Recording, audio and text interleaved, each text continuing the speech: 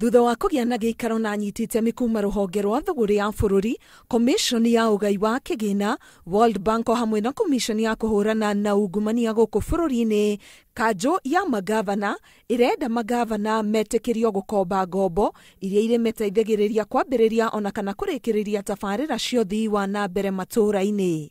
As Council of Governors with the National Treasury to allow county governments access to short-term loans from commercial banks as we look for ways to finalize on the specific guidelines. Mũikarĩri gĩtĩ wa kanjũ ya Governor Josphat Nanok athiĩte na mbere kuga kwa ihinda rĩa mĩaka 4 mĩhĩtũku tabarĩra nyingĩ nĩ irũgamĩte kũrũmĩrĩra ũnyihu wa kĩgĩna, ũndũ ũrĩa ũngĩhũranwo naguo korwo makombithio ngombo marĩrĩhaga na ihinda inini.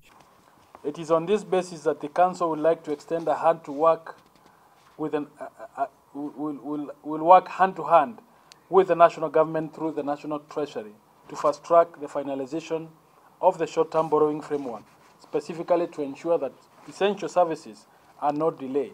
Ihinda-inĩ rĩrĩ, no nginya gavana mahoe rũtha rwa thirikari nene nĩguo maheo ũteithio o wothe wa kĩmbeca.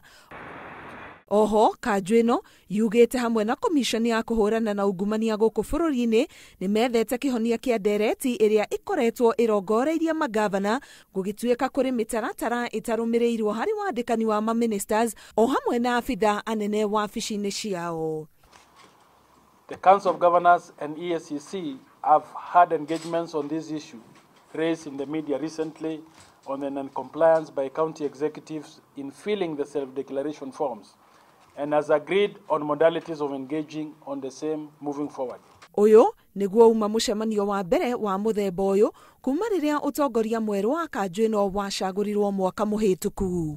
Ngĩribotera Inooro TV, Getwo Karo Kĩnyugo Mwaũra.